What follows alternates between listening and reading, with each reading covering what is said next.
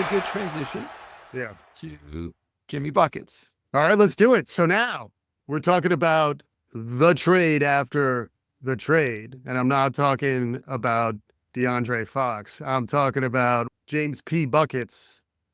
I don't know what his middle initial is. Jimmy Buckets going to Golden State. And then, oh my God, Draymond, stop talking. So insufferable All-Star weekend. But he doesn't guarantee. He basically says, now in light of the Jimmy Buckets trade, we're going to win a championship. You weren't quite coming out that hot, but you were kind of blowing up my text with your love for the trade and your ire for the fact that everybody was saying the trade didn't make sense, wasn't really going to make an impact. And you were like, people are crazy. We need to do an emergency pod. I said, whoa, slow down there, Tiger. What are your thoughts on the trade? What are your thoughts on Jimmy Buckets? I will give you credit. It seemed like you were on this trade. You were a believer from day one. 100%. So what started all this? Buckets, the Heat were already bounced from the playoffs, and Jimmy was really interested in signing extensions. Playoffs? Talking about playoffs? Riley, being Riley, was not having it, saying, well, that's basically a decision we'll make, but we need someone who's going to be, you have to be available.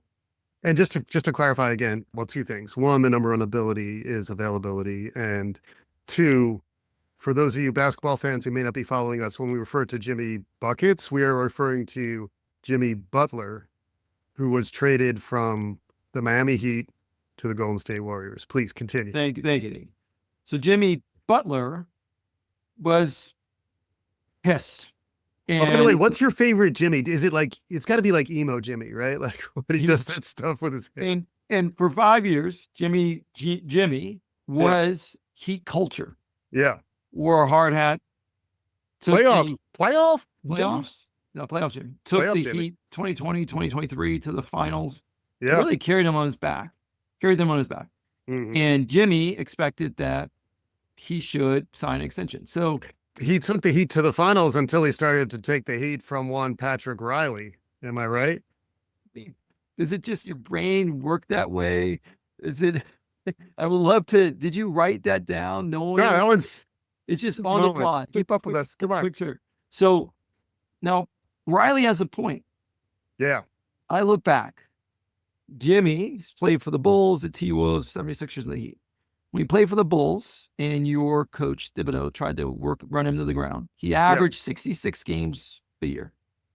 Then the T-Wolves 1 year. Talk about runaway star. He basically took over Game of Zones. It was the Jimmy Butler show. 59 games at T-Wolves. Then he went to the 76ers 1 year, 55. And then for the Heat, he averaged 58 games a year. Yeah. So Riley is not wrong. He is as durable as Anthony Davis. Yeah. Or is it a little load management? I mean. So then to have a narrative, the narrative is, I'd be okay if the narrative was he's injury prone. He's not available. But to then say that Jimmy is bad for the team, Jimmy made it uncomfortable for management because of what Riley did. He wasn't showing up. He didn't show up for a scheduled flight. He wanted to go back home because he injured his ankle and it caused some friction. Some conduct detrimental to the team, perhaps. But the team, what he did for the team when he plays, you can't say he's not one of the top 10 players. In my perspective, top 10 players to impact the game right now. So, especially in the playoffs, because he's down. She downshifts a little in the. So the narrative that was out there that he's bad for the team is wrong, which is why when he got traded to Golden State, where he doesn't have to carry the load. The Zen masters are out there. And he can, as Draymond said, when he was talking to Dunleavy and said, who are they looking? He said, get me another asshole on this team. Yeah. Get me someone that is bringing an energy and he's just a little off. Couple of dogs to run with. And that's what they got in Jim. And so when we were texting, I said, this is a total unlock because now all of the attention can't go to Steph. Yeah, you still have to follow, but Jimmy is a force on his own, getting into the paint, always off of 2 feet. You don't know what he's going to do next. I mean, he's kind of unlike the Luka LeBron combo where folks were more concerned that they were the same kind of player. Another example, shout out to LeBron's basketball genius, that he seems to have just immediately snapped in, which we kind of thought when we were talking about that one. So good on us. I think we were kind of in the right lane there. But here, as a complimentary player to Steph and also to Draymond, who's got like such a weird game where like there's just stuff. I mean, he shoots layups like I shoot layups. Like he kind of doesn't know how to finish sometimes. Draymond, yeah. He's terrible. He is terrible. The GOAT Diana Taurasi, 4-1 out for Diana Taurasi, 6-time Olympian. Yeah. Champion for the Mercury, 20 years. White Mamba, I've heard, yes. White Mamba, also big championships at UConn, sitting around in the past Olympics when Draymond played in the Olympics. I think it was Olympics. Draymond played in one Olympics, right? And made a comment, Draymond, how does it feel that you're the only one in this room that's never been double teamed? You're open for a reason. Savage. So Jimmy, yes. Will he be mercurial? Will he take some extra text? But they're used to that. Hold on. You call me out when I do SAT words. Mercurial, what does that mean exactly? Sorry, there's mercury in it. So they dealt with, if you can handle Draymond, you can handle Jimmy wanting to be a winner and wanting to go hard. So I thought with a bunch of young guys, Pazinski and Kuminga, and you hold on to all those guys, you got rid of Wiggins, who had a hard time showing up. You got rid of Slow-Mo, Kyle Anderson, and you got rid of... The only caveat I would throw in there, though, is like, this is like perfect and awesome until it explodes or implodes. What? Tell me why it explodes. It won't expled for the team. He may get hurt. I'm just saying him and Draymond... That's fine. You have a 2-3 year window. Yeah. We had no draft picks because we went all in for Anthony Davis. We won a championship. This is their window. They may not win this year, but this is their window. Get all these young guys to figure out how to be dogs. Right. You got Steph, who's 36. You can only go so far. Now he went for 56. Went off for 56 last night. Right. Yes. But he is not having to carry the load in the same way. And you know what Jimmy doesn't care about? Stats. Right. And a dude just got $55 million extension a year just to be him. So it goes to, we've always talked about culture. We've always talked about... I'm talking to the founder of the People Genius, so I'm assuming you have some ideas. You're always saying, you're looking at someone like that and saying, will they be a net negative or a net positive for the environment we're trying to build? You already have vets in Steph.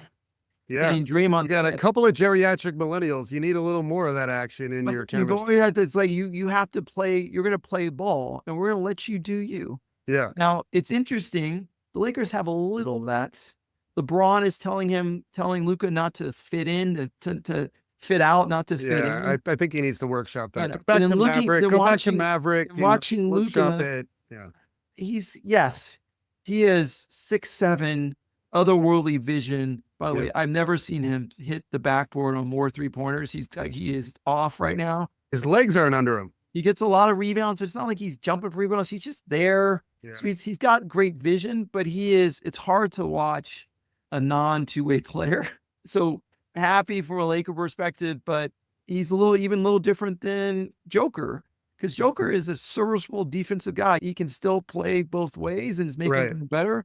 Luka's got a ways to go, even though he just took a team, I know, to the finals. Right. But it's like if you look at the finals runs and you were to compare your impression of the competitor coming out of it, Luka versus Jimmy Buckets, there's no comparison that what Jimmy did with his team. No comparison. Going to the finals and his level of leadership and fight. We compared to LeBron's run with the Cavs. We did a pod on this. No, I know. I'm just saying it's episode 55. It's still true. People don't have time to go to the back catalog all the time. But so I just want to say the narrative is bullshit. Yeah. I think you write the narrative that's convenient. I don't care about all the different narratives around Luka as a big as a hooker. Like, you made a call, just live with it. But I just think to put Jimmy in a box that way, you're just undervaluing. You're not seeing the asset that Golden State just got. And Jimmy does not have to be the man. His complaint was the Heat never surrounded him with talent. Yeah. Udonis Haslem aside. And early Tyler Hero. So he is now talent rich. Tyler, just to be clear, that's Tyler. Did you ever know that you're my hero? Vomited in my mouth. It's corny. It's like cornflakes coming out. It looks so corny. Okay. So that's Yeah. Jimmy Butler. But in terms of chemistry, and maybe we could close on this, you're talking about like coaching and trying to figure out the right vibe, the right way for a team to work together. You use the expression Jimmy Buckets was an unlock. And I think that's an interesting point. Arguably, both he and Luka were unlocks to surprising upside Yep. for these teams that had ceilings built in. And me as a Knicks fan, our ceiling is pretty well understood by this point. It's difficult to think of us getting, even to the Eastern Conference Championship, let alone winning it. But what do you mean by an unlock? And what can we take away from these trades in terms of how they're teaching us about chemistry and upside? Well, you have 2 or 3 guys that were going at Steph. You had no one who had ability to put the ball in the hole or an aggressiveness, especially when you're dealing with young guys. So Yeah. Draymond's not that. Kuminga, who was probably the number 2 option, hurt. Yeah. You have someone who can take so much pressure off Steph. Clay's gone, and Clay's kind of the same. But he type was of never the player. same. But now you can run action where Steph he's tireless. So he can be running all over the court, and people have to worry about buckets. He, in his first few games, had 13 to 15 free throws. He can Yeah. just put so much pressure on offense that you can't double team Steph. And then you have Yin to Steph's yang.